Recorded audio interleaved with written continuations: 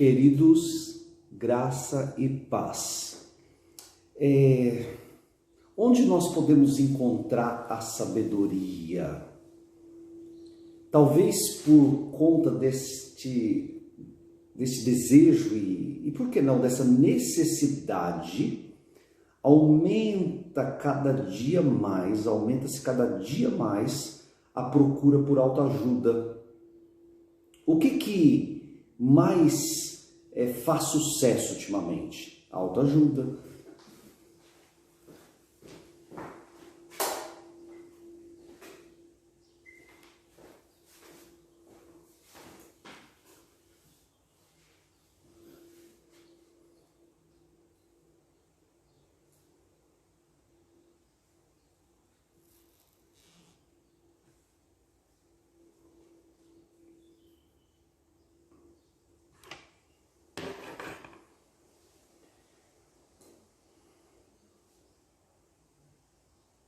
Graça e paz, queridos. Mais um dia caminhando com Jó. E a pergunta que vem hoje é: onde nós podemos encontrar a sabedoria? Como que nós podemos obter a sabedoria? Onde encontrá-la e como encontrá-la? Talvez por conta desta necessidade, eu não diria apenas um desejo, eu diria necessidade. Talvez por conta dessa necessidade, as pessoas estão tão envolvidas e tanto em busca de autoajuda. Uma das literaturas, ou um tipo de literatura que cresce de uma maneira assim significativa no mercado, quando vamos às livrarias e vemos ali na montra, nós encontramos muitos títulos de autoajuda. Por quê? Porque as pessoas precisam de sabedoria. Então elas pensam que vão encontrá-la de uma maneira mágica, 7 passos para 3 maneiras de... E parece que existe uma fórmula mágica, entretanto não é assim que acontece. E vocês já sabem onde nós vamos chegar. A sabedoria que vem do alto, a sabedoria que é perfeita, a sabedoria que vem do nosso Pai, do Criador, ela é encontrada, ela tem base na Bíblia. Ela tem base. Eu diria que ela não é encontrada só na leitura das Escrituras, mas as Escrituras, sim, como base, nos lança para encontrar sabedoria em outras experiências a partir das Escrituras naturalmente. Então nós vamos para Jó, capítulo 28, que aliás é mesmo um texto fantástico. Jó, capítulo 28, e aí nós vamos encontrar ali o nosso texto áureo, que é no último versículo, né? Jó, capítulo 28, versículo 28, nesta versão, a Bíblia é para todos, uma versão portuguesa, diz assim: depois disse aos homens, a sabedoria é respeitar a Deus. A inteligência consiste em evitar o mal. Então a sabedoria é respeitar a Deus e a inteligência consiste em evitar o mal. Numa outra versão, na versão Almeida século 21, o temor do Senhor é a sabedoria e o afastar-se do mal é o entendimento. Antes de nós mergulharmos no capítulo 28 de Jó, é interessante ver que os amigos dele, eles tiveram uma terceira e última série de conversas, ou uma tentativa de conclusão, e o que ele faz. Ele fala que Jó estava a pagar pelos seus pecados, isso nós já havíamos visto, mas isso é reforçado lá no capítulo 22. Mas ele acreditava que havia esperança se Jó se voltasse para Deus. E aí nos capítulos 23 e 24, Jó responde a Elifaz e demonstra e expõe a sua inocência diante de Deus, reconhece que Deus faz o que entende, que Deus é soberano. E aí então depois vem a resposta ou o questionamento de Bildade, que são apenas 6 versículos. Aliás, Jó responde. A resposta final de Bildade a Jó está nos 6 versículos do capítulo 25.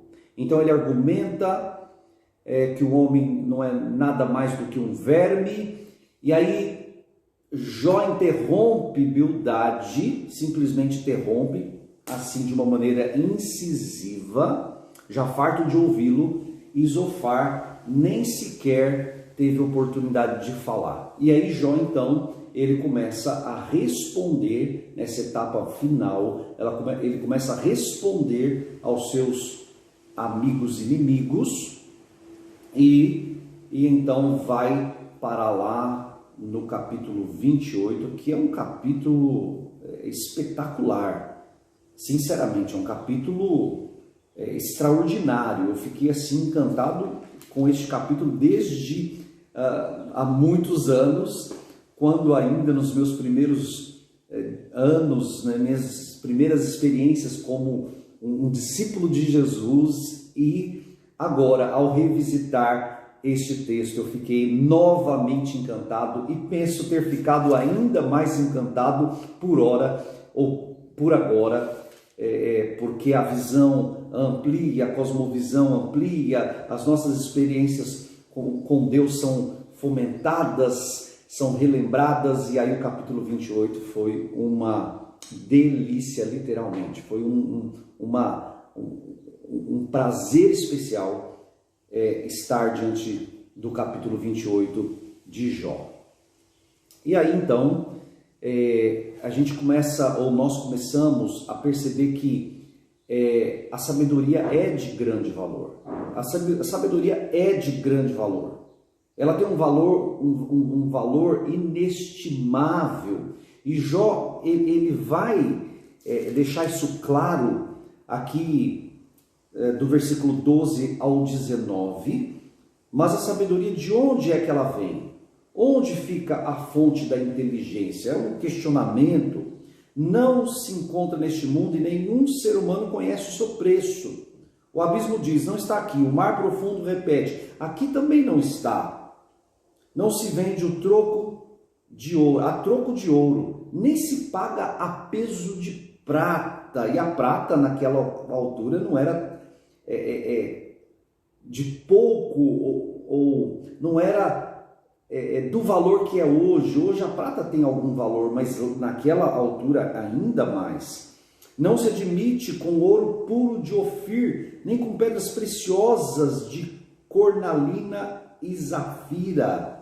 Não se comparam com ela nem o ouro, nem o vidro, nem se dão por ela vasos de ouro fino, que aqui é um outro contexto. O vidro é algo assim também extremamente valioso. Versículo 18, de cristal e corais nem se fala, a sabedoria vale mais que as pérolas. Não se compara a ela o topázio da Etiópia, nem se adquire pelo ouro mais puro. Que valor tem a sabedoria? Que valor tem o temor do Senhor? É inestimável, é inestimável. Existe aqui uma corrida de Jó na tentativa de comparar que valor ela podia ter. Então, ele menciona o ouro de Ofir, no versículo 16, que nós já lemos, que era o mais precioso ouro no antigo Próximo Oriente, com referência em Isaías 13, 12.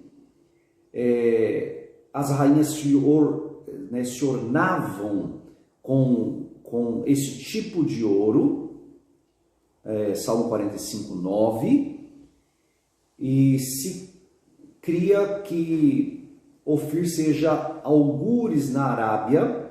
Não tem uma localização exata, mas enfim, era o ouro mais cobiçado, era o ouro mais valioso da época. E Jó, ele faz um passeio aqui por pedras preciosas, por metais preciosos, e ele vai ao ao metal mais precioso naquela altura, o ouro de Ofir. Que coisa linda! E a sabedoria vale muito mais do que isso. A sabedoria vale muito mais do que isso. Acabei por me lembrar de um cântico lindo, que fala que nós temos valor como mais precioso do que o ouro de Ofir. Acho que é algo assim que diz a música, o poeta. Entretanto, o que é mais precioso do que o ouro de Ofir, aqui nesse contexto, é a sabedoria. A sabedoria, ela está acima de nós mesmos. Nós somos amados por Deus, isso é inquestionável. Nós somos mesmo amados de Deus. Mas aqui, o que tem valor para as nossas vidas, amados de Deus, é esse presente tão precioso que é a sabedoria, que é o temor do Senhor. Não se acha no mais profundo abismo, não se acha no mais fundo do mar. Ouro e prata, pedras preciosas, é mencionado o ônix, que tinha um lugar no peitoral do sumo sacerdote de Israel, e eram tesouros para outros reis, e a zafira também, mas isso não se compara. Vasos de ouro, coral, que aqui nessa versão fala cornalina e zafira, ouro fino, pérolas, topázio, que era uma pedra amarela. O topázio era uma pedra amarela muito valiosa, naturalmente, apreciada da Etiópia, o Cush. Não se compara ao valor da sabedoria, ela não se compara ao valor da sabedoria. No versículo 19, não se compara com ela o topázio da Etiópia, nem se adquire pelo ouro mais puro. E também aparece aqui, como já disse, o coral ou cornalina, mencionado, seja uma pedra calcária de cor preta, branca ou rosada. Que coisa, né? Que coisa linda. E usavam juntamente com quartzo para fazer adornos preciosos. Eu estou aqui a pensar na nossa experiência de amanhar a terra para fazer a horta. E aqui neste quintal nós temos um terreno com muito seixo. Então, à medida que tirávamos as pedras, nós víamos algumas pedras em tom rosado, claro, outras pedras pretas mesmo, outras bem clarinhas, e que eu saiba, nenhuma delas é preciosa, né? Eu espero encontrar alguma preciosa, que aí nós resolveríamos uma porção de desafios. Mas o que eu vejo aqui é que eu já fiquei encantado. Eu já fiquei encantado com essas pedras. Imagina só, uma pedra de cor amarela, que é o topázio, o coral, a cornalina. Isso, cornalina, isso? Falei certo? Exatamente. Preta, branca ou rosada.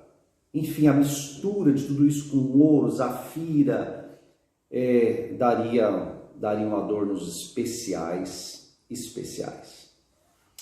A sabedoria de grande valor. A sabedoria de grande valor. A sabedoria está, porém, escondida. A sabedoria está, porém, escondida. Olha do versículo 20 ao versículo 22. Pois, de onde é que pode vir a sabedoria? Onde fica a fonte da sabedoria? Onde fica a fonte da inteligência? Está escondida, longe do olhar dos seres vivos, onde nem as aves do céu a podem descobrir. Nem as aves do céu podem descobrir. A morte e o mundo dos mortos declaram: só a conhecemos de ouvido. Então, por aves do céu, nós podemos ter referência da águia. Aliás, a gente volta no texto, no versículo 7, por caminhos que nem o abutre conhece, nem os olhos do falcão já descobriram. Ou das águias. Aqui existe uma menção dos animais, então eu volto no texto, no capítulo 28.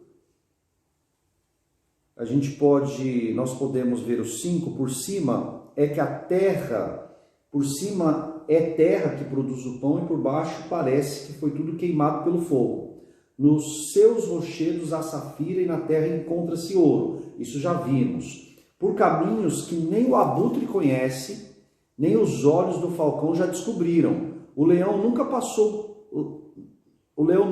por lá passou. O rei dos animais nem lá pôs os seus pés. Que coisa interessante. O leão, que seria o rei dos animais, que deveria ter toda a sabedoria e conhecer tudo, uma cosmovisão ampla, nem ele sabe. E também não tem acesso os abutres que voam alto, longe, e o falcão ou a águia, numa outra versão, que vai identificar a sua presa muito longe, ainda que seja ela muito pequena. E qual que é a ideia aqui? É reforçar que a sabedoria, ela está para além daquele que domina a natureza, o rei dos animais, está para além de uma visão aguçada, ou seja, em outras palavras, se há alguém que tem a capacidade de conhecer todas as coisas e dominar toda a natureza, se há alguém que teria a capacidade de enxergar muito longe e profundo, essa pessoa, ela não teria ainda assim acesso à sabedoria por si só. Ainda que a sabedoria esteja presente nessas coisas, Mas encontrar a sabedoria para viver, para discernir a vida, porque aqui é questão prática. Encontramos a sabedoria na natureza? Encontramos-la, com certeza. Por outro lado, é a sabedoria do temor a Deus, é a sabedoria do saber viver, do bem viver. Aí é um desafio mais amplo do que perceber algum ensinamento a partir da natureza, não é? Também Jó personificou Abaddon e a morte, ou o abismo, e a morte. Aí no capítulo 28, versículo 22, a morte e o mundo dos mortos declaram: só a conhecemos de ouvido. E 23, 24, Deus compreende os caminhos da sabedoria, é Ele que conhece a sua origem, pois o seu olhar atinge até o extremo da terra e observa tudo que há no mundo. Então, nem a morte com o seu terror profundo, nem o abismo com o seu apavorante,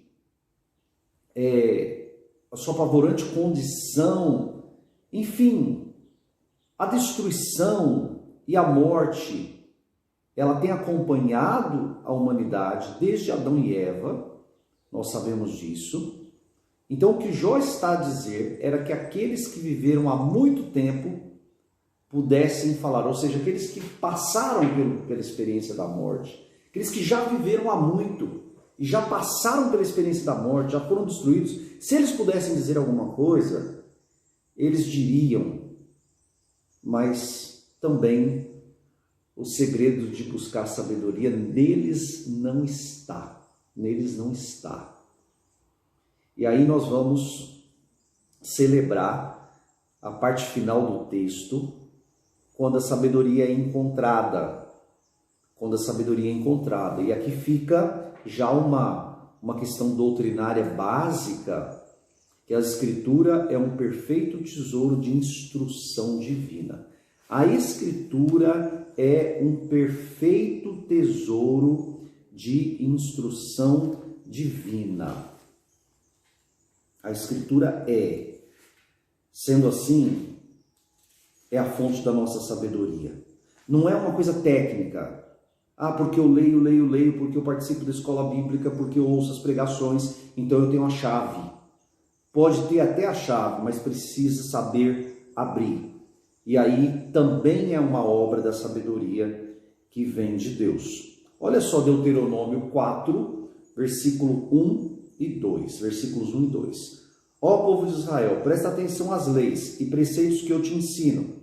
Se os cumprirem, terão vida e poderão ir tomar posse da terra que o Senhor, Deus dos vossos antepassados, vos dá. Não modifiquem as leis do Senhor, vosso Deus, que eu vos dou, nem para mais, nem para menos. Observem-nas integralmente. Então, é a palavra, nem para mais, nem para menos, é a palavra, ela deve ser buscada, ela deve ser celebrada, ela deve ser obedecida. Pois bem, a sabedoria então é encontrada? A sabedoria é encontrada. Que bênção! Ela é encontrada e ela é oferecida. Ela é encontrada, ela é oferecida. Olha só o versículo 28, ou melhor, nosso capítulo base, 28, versículos 23 a 27. O 23 e o 24 eu já li, que fala sobre os caminhos da sabedoria, sua origem, o extremo da terra, que observa tudo que há no mundo. Olha o 25. Quando atribuiu o vento o seu peso próprio e determinou a medida das águas, quando fixou as leis que a chuva devia seguir e marcou o caminho às trovoadas, nessa altura ele viu a sabedoria, apreciou-a, examinou-a e provou-a. Ou seja, quando Deus, que compreende os caminhos da sabedoria, Ele que conhece, aliás, Deus que conhece o caminho da sabedoria. A sabedoria passa por aqui, Deus sabe que ela passa por ali. O seu olhar atinge o extremo da terra, observa tudo. Então, quando ele atribuiu ao vento o seu próprio peso, quando ele determinou as medidas da água, pensa nos imensos mares, quando ele determinou a medida das águas, quando ele fixou as leis que a chuva devia seguir. Isso é fantástico.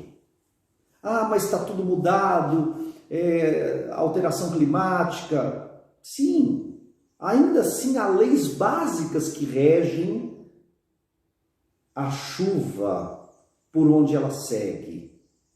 O caminho das trovoadas. Quem conheceu o caminho das trovoadas? Nessa altura, ele viu a sabedoria, apreciou-a, examinou-a e aprovou-a. Que coisa linda! Que maravilha! Que maravilha pensar no mar bravio, nas montanhas, nas pedras, no canto dos pássaros, nas pedras preciosas, nas flores, na multi cores, Que coisa linda, que coisa linda. E Deus então, ele, inclusivamente, eu achei isso aqui fantástico, marcou o caminho às trovoadas. Nessa altura, ele viu a sabedoria. E o que aconteceu? Ele viu a sabedoria naquilo que ele criou, nas obras de suas mãos. Ele viu a sabedoria, apreciou-a, examinou-a e aprovou-a. Maravilha! Então, a sabedoria é encontrada pelo próprio Deus naquilo que ele criou. E nós sabemos que Cristo é coautor da criação. Por isso vale a pena sermos relembrados de que aqueles que foram redimidos em Cristo, foram libertos em Cristo, foram remidos, limpos em Cristo, eles têm acesso à sabedoria. Ainda que seja por espelho, como diz Paulo aos Coríntios no capítulo 13, versículo 12, ainda que nem tudo esteja completamente revelado, o que precisamos está revelado. Há coisas que gostávamos de saber que não estão reveladas, porque vemos ainda por espelho, não sabemos ainda, filhinhos, o que havemos de ser, mas quando o virmos face a face, então saberemos o que somos, quem Ele é, e todas as coisas serão completamente reveladas.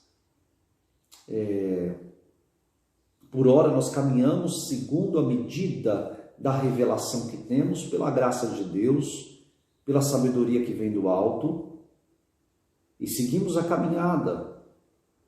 Então Deus, em sua graça, em seu poder, em sua soberania que rege o mundo, nós estamos debaixo desse chapéu, e aí então nós conhecemos à medida que somos conhecidos, ou à medida que somos conhecidos, conhecemos, é relacionamento, não é uma coisa técnica apenas de letras, nós conhecemos à medida que andamos juntos, é relacionamento. Relacionamento. Na horizontal, é verdade, mas emana aqui da verticalidade do nosso relacionamento com Deus. E por fim o versículo 8. O versículo 8. O temor do Senhor é a sabedoria. A conclusão é essa. O temor do Senhor é a sabedoria. Essa é a conclusão. E a sabedoria é respeitar a Deus. A inteligência consiste em evitar o mal. Na outra versão, deixa-me ver aqui, na outra versão que nós tínhamos, ou que nós temos aqui na nosso material base, a outra versão diz o temor do Senhor, que no hebraico seria Adonai. Então, essa ideia de Adonai, ela está atrelada à proposta que nós temos nessa reflexão. Porque Adonai é Senhor, é mestre, é dono. Então, se Adonai é Senhor de tudo, é mestre, é dono, a ideia de submissão está ligada a Adonai. Quando, portanto, no versículo 28, Deus disse aos homens, depois disse aos homens, aliás, a sabedoria é respeitar a Deus, é o temor do Senhor, é temer ao Senhor. Esse temer ao Senhor está relacionado a uma submissão. Se está relacionado a uma submissão, consiste em evitar o mal, consiste em afastar-se do mal. Afastar-se do mal é inteligência. Não adianta uma pessoa ser, como nós costumamos dizer, crânio, né? Ou ser cabeça, no sentido de ser super inteligente e conhece tantas coisas e tem uma habilidade para fazer tantas coisas, mas não afasta-se do mal, não se afasta do mal.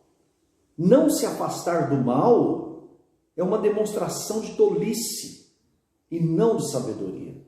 Então nós, como filhos de Deus, temos em nós a palavra, o Espírito Santo, temos todas as ferramentas necessárias para nós fugirmos do mal. Que bênção! Então, queria desafiar de maneira prática agora que nós possamos valorizar a sabedoria, que nós possamos buscá-la com base nas Escrituras, mas ficar com os olhos, um olho nas Escrituras e o outro atento ao que acontece ao nosso redor, tendo-a como base, naturalmente. E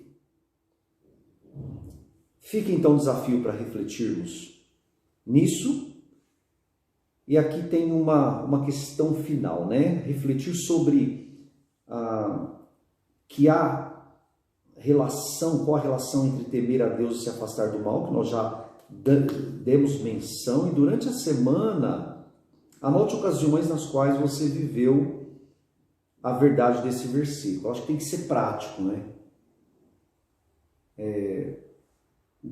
Quando é que eu pude, quando é que eu me afastei do mal? Ou quando eu não me afastei do mal? Eu preciso repensar, eu preciso meditar nisso. Amém? Então, que o Senhor nos ajude em sua graça infinita, essa sabedoria que conduziu toda a criação, que chegou lá no final e fez com que Deus afirmasse que era muito bom. Ou que era bom, aliás, muito bom também, né, relacionado a nós. Então, em nome de Jesus, nós devemos refletir sobre isso e nos afastar do mal. E nos afastar do mal. Amém?